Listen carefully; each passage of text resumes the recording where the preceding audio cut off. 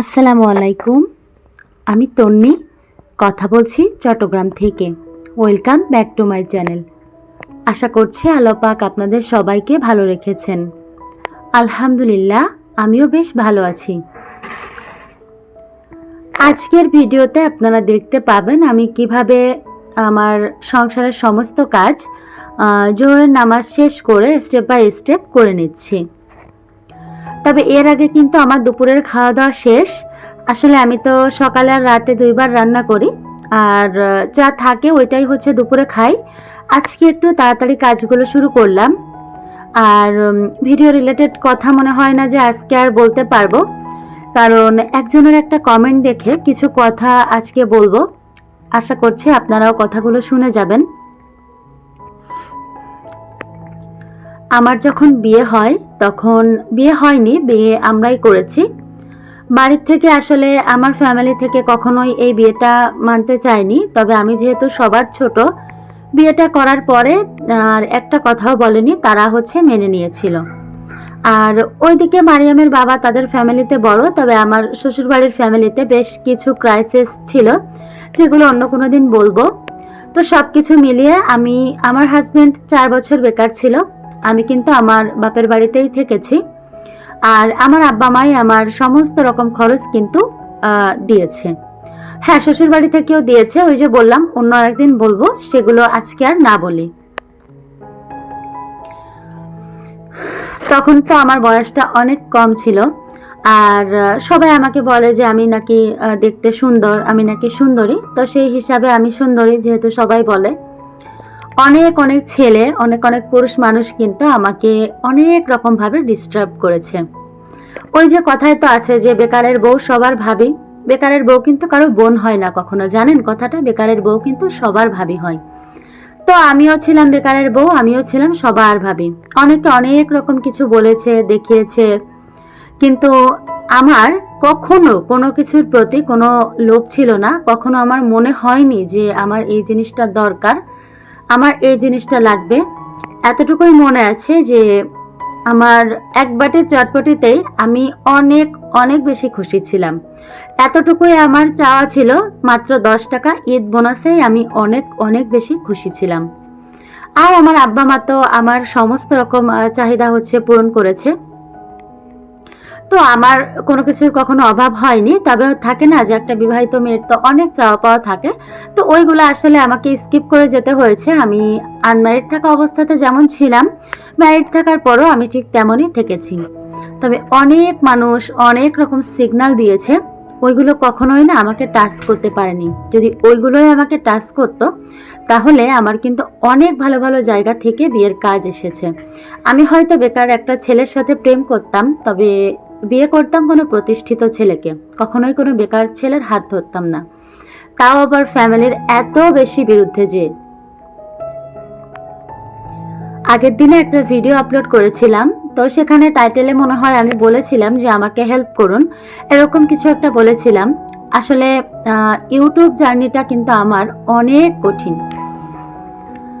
আমি ইউটিউবের পিছনে অনেক কষ্ট করে আসছি। আমার মনিটাইজেশন ওপেন হবে, মনিটাইজেশন ওপেন হওয়া, এমনকি মনিটাইজেশন থেকে আমার আর্ন করা 8,000 টাকা পর্যন্ত আমার আর্ন হয়েছে, এরকম চ্যানেলও কিন্তু আমার নষ্ট হয়ে গেছে। তো এই ইউটিউবের পিছনে কিন্তু আমার কষ্ট মানে অনেক অনেক বেশি। আর এখন তো 2টা বাচ্চা নিয়ে আমার প্রচুর পরিমাণে পরিশ্রম এই ইউটিউবের পিছনে। সবাই বলে যে যারা পরিশ্রম করে তারা নাকি সফল হয়। তো কেন জানি না, আমার মনের ভেতরে চরম একটা জেদ যে আমি অবশ্যই সফলতা দেখতে চাই ইউটিউবের। আর সেই জায়গা থেকেই আমি হচ্ছে ইউটিউবটা কখনোই ছাড়িনি, আমি কিন্তু কখনো ছাড়তে পারি না। তো ওই ভিডিওটাতে একটা ভাইয়া আমাকে কমেন্ট করেছে যে প্রথমে ভেবেছিলাম আপনি দুস্থ বা আপনার স্বামী মারা গেছে, এই যে বিভিন্ন কথা লিখে তারপর লিখছে যে আসলে পরবর্তীতে বুঝলাম আপনার চরিত্রটাই নষ্ট, আল্লাহকে ভয় করেন না। মানে আল্লাহর কালাম বুকের মধ্যে নেই, থাকলেও আল্লাহকে ভয় করেন না। আচ্ছা, আমার কোন ভিডিওটা দেখে আপনাদের কাছে এরকম মনে হয়েছে বলেন তো? একটা আপু যে সব সময় ইউটিউবের সামনে এসে তার কয়টা বিয়ে, কোন ঘরে কয়টা বাচ্চা, স্বামী খারাপ, মা খারাপ, বাপ খারাপ, এগুলা বলতে থাকে। সেখানে কিন্তু অনেকেই দেখি যে খুব মানে প্যাম্পার করে তাকে, খুব তাকে সাপোর্ট করে। হ্যাঁ, তো অল্প পরিশ্রমে অল্প কিছুদিনেই কিন্তু নতুন চ্যানেলগুলো অনেক বেশি ভিউ নিয়ে ফেলে।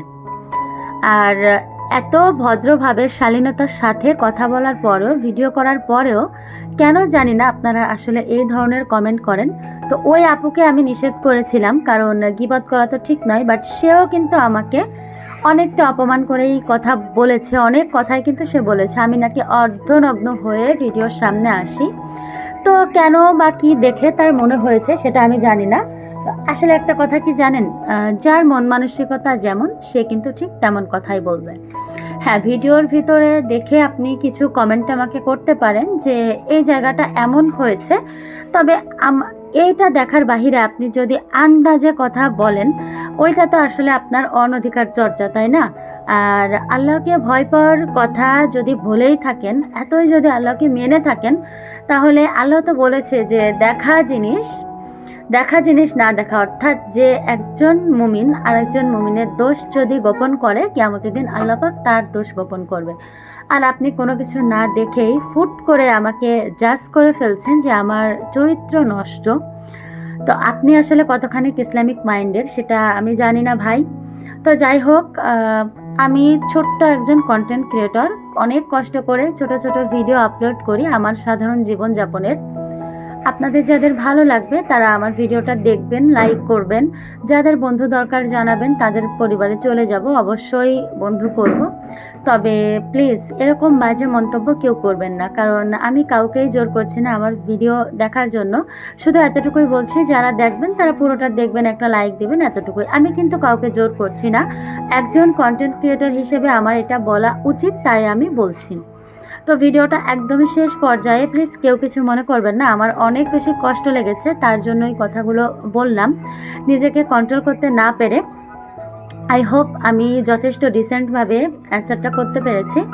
তো আমার প্রত্যেকটা আপু এবং ভাইয়েরা যারা আমার ভিডিও দেখেন, সবাইকে বলবো আপনারা সবাই ভালো থাকবেন, সুস্থ থাকবেন, নিজেদের যত্ন করবেন। আর দেখা হবে ইনশাল্লাহ নতুন আরও একটি ভিডিওতে। আসসালামু আলাইকুম।